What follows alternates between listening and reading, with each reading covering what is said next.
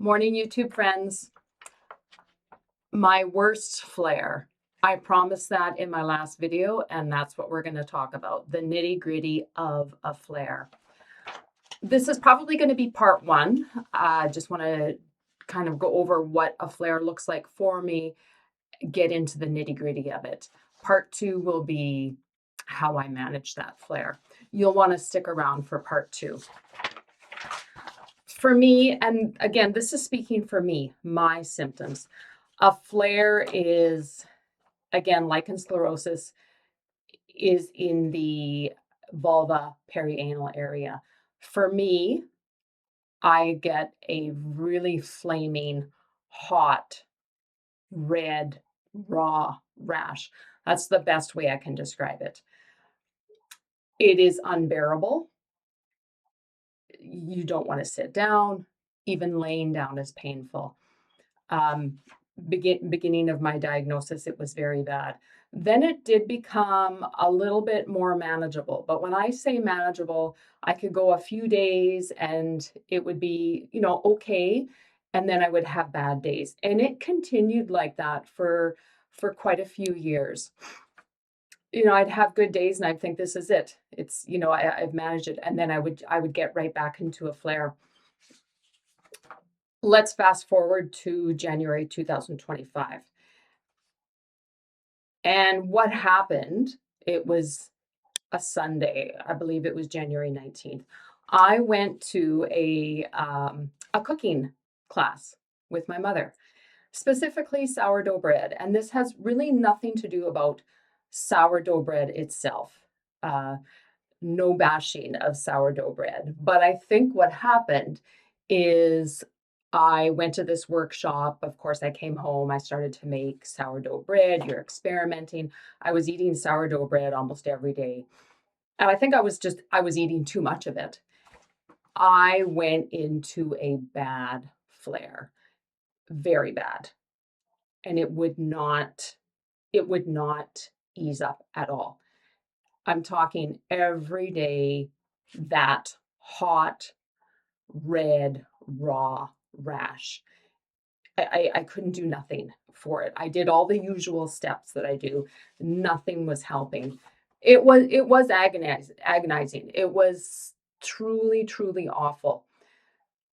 Basically, all I could do was come home every day from my job. Again, I was retired, but at this point I was working casual in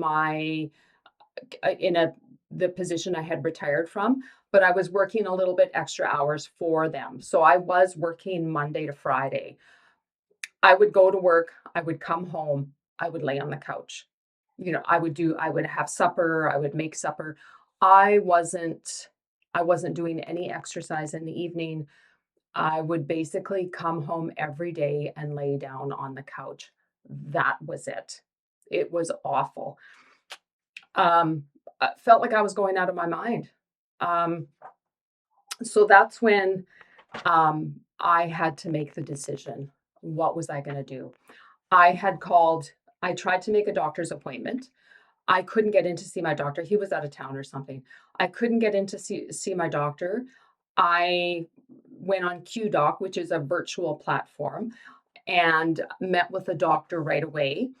He prescribed me some antibiotics. Of course, he couldn't examine me. This was virtual. He prescribed me some antibiotics. It didn't work. Like it wasn't working. I was finally able to get in to see my doctor, and he said, probably the antibiotics may have made it worse. I'm not a doctor. I don't know how it would have made it worse, but it definitely wasn't helping. It didn't get worse. It just maintained that the severity that it was. So again, my mental health started to decline. I was just like, I can't do this. That's when the negative started to outweigh the positive. And I had to make a choice. What did I want my retirement years to look like? And I certainly didn't want them to look like this. So I knew I had to make some changes. I had already figured out some patterns before the flare. So again, it wasn't necessarily because it was sourdough bread. That's not what it was. What it was is all of a sudden I had introduced this into my diet every day. It was a constant, and I think it was just too much for me. The pattern that I figured out, this was, again, this is solely for me, is in the vulva perianal region. I do believe that what you consume, what you put in your body, does affect the skin. So the one thing that I did realize is early on in my diagnosis, yes, I was managing a couple days and then I would have a flare.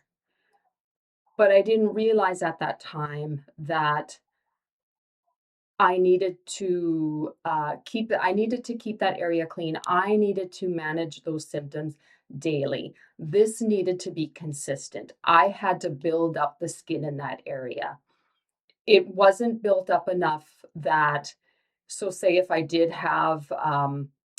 slide off the rails one day, the skin wasn't healthy enough to prevent damage, prevent me from going to a flare.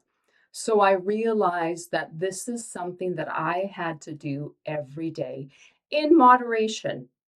I didn't want it to rule my life.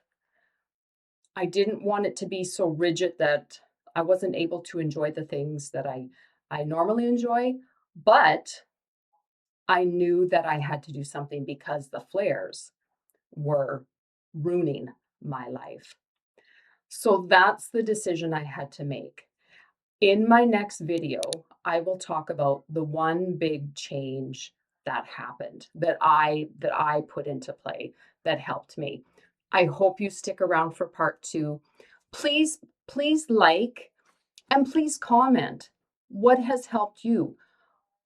What do you think could help others?